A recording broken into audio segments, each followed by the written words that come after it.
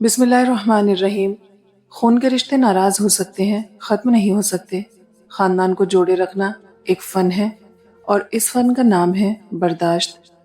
فتح کرنے کے لیے جنگ ضروری تو نہیں، حسن اخلاق بھی تو انسان کو جھکا دیتا ہے۔ صبر کی دو صورتیں ہیں، جو ناپسند ہو اسے برداشت کرنا، اور جو پسند ہو اس کا انتظار کرنا۔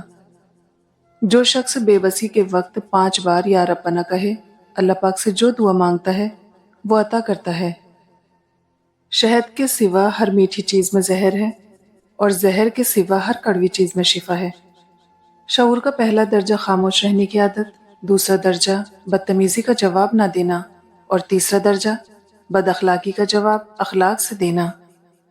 انسان سخت مزاج تب بنتا ہے جب بہت سارے لوگ اس کی نرمی کا فائدہ اٹھا چکے ہوتے ہیں۔ اچھے لوگ آسانیاں اور برے لوگ پریشانیاں تقسیم کرتے ہیں۔ وہ اگر چاہے تو اپنے گناہگار بندوں کو بھی اپنی تلاش کی طلب لگا دے۔ ہمارے معاملات ہمارے اختیار میں نہیں ہوتے، مگر یقین رکھیں جس کے اختیار میں ہیں وہ علی کل شیء قدیر ہے۔ سانپ اپنی کھال اتارنے کے بعد سانپ ہی رہتا ہے۔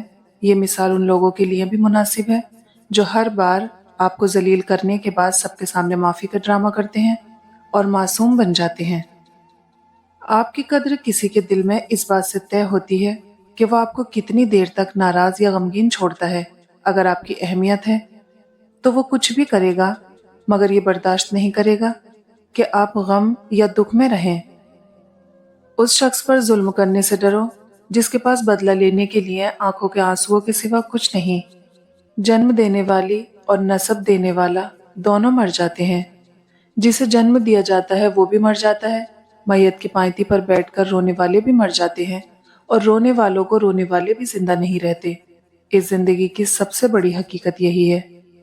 زندگی میں ایک موڑ ایسا بھی آ سکتا ہے جب انسان کے اندر بلا وجہ کی دوستیاں، رشتہ داریاں، کالز، میسج کرنے سے بہت دور نکل جاتا ہے۔ پھر اسے چاہے کوئی یاد کرے نہ کرے، اسے کچھ برا محسوس نہیں ہوتا۔ نبی اکرم صلی اللہ علیہ وسلم نے فرمایا، مسلمان کو جو پریشانی، غم، رنج، تکلیف اور دکھ پہنچتا ہے، حتیٰ کہ اگر اسے کوئی کانٹا بھی چبھ جائے تو اللہ اس تکلیف کے بدلے اس بندے کے گناہ معاف فرما دیتا ہے۔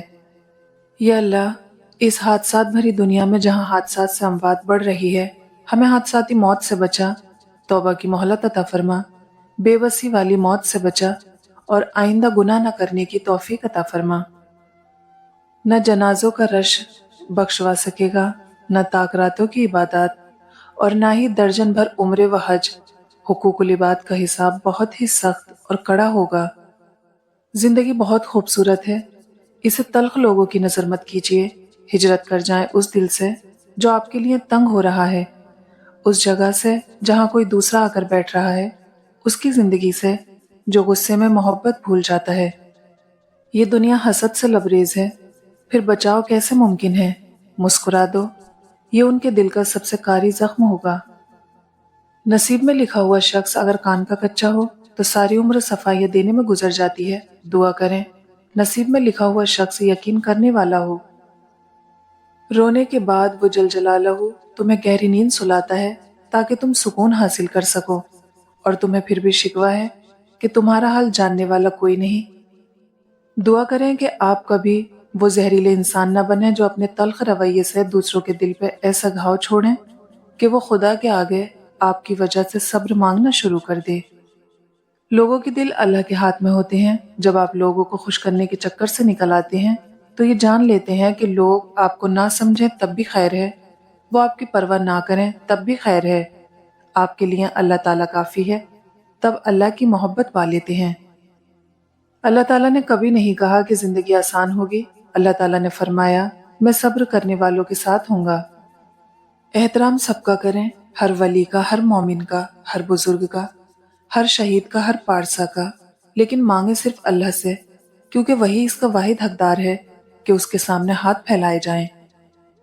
عزت نفس کے اصول میں سے ایک اہم اصول یہ ہے کہ جس نے آپ کی بے عزتی کی اس کی عزت نہ کریں، جو آپ پر سختی کرے اس پر رحم نہ کریں، جس نے آپ کو بیچا اس کی طرف لوٹ کر نہ جائیں، اور جس نے آپ کو جان بوجھ کر بھٹکایا اس پر اعتماد نہ کریں۔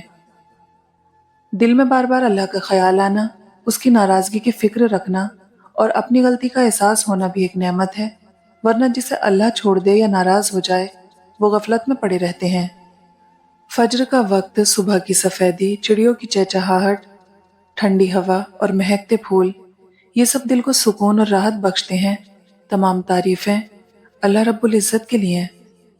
اللہ تعالیٰ دل کے حال جانتا ہے اور اسے ہمارے بارے میں سب معلوم ہے، ہماری اچھائی بھی اور ہماری برائی بھی، کب ہم صحیح تھے اور کہاں ہم سے غلطی ہوئی۔ اس لیے اللہ تعالیٰ کے ساتھ سب شیئر کیا کرو، اپنے ثواب بھی بتایا کرو اور اپنے گناہ بھی۔ اگر تم نے کوئی گناہ کیا بھی ہے تو اس کے آگے شرمندگی کا اظہار کرو اور معافی مانگ لو۔ دل سے یہ ڈر نکال دو کہ وہ تمہیں جج کرے گا، نہیں کرے گا، کیونکہ جج کرنا تو انسانوں کا کام ہے۔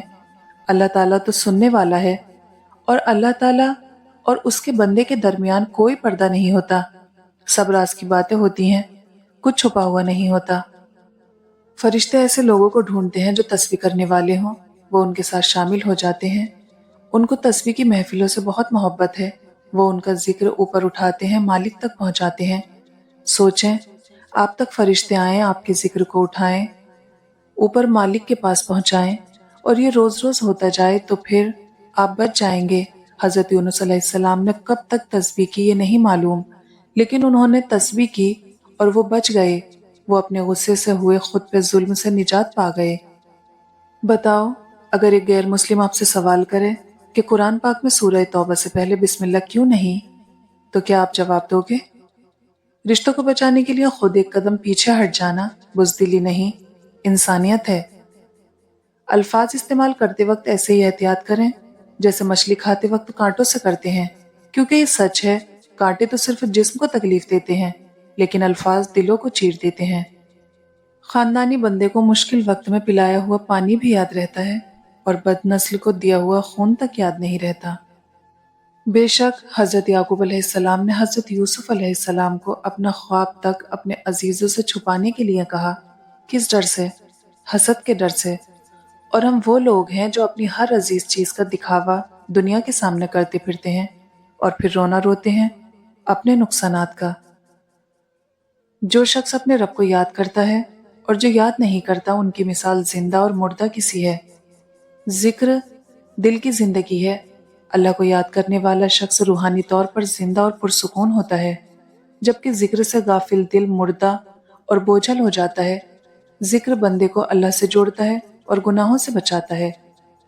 بیٹی کے گھر کا پانی بھی پئیں، روٹی بھی کھائیں، لیکن جو حصہ جائیداد میں قرآن پاک نے اس کے لیے مختص کیا ہے وہ نہ کھائیں، وہ حرام ہے۔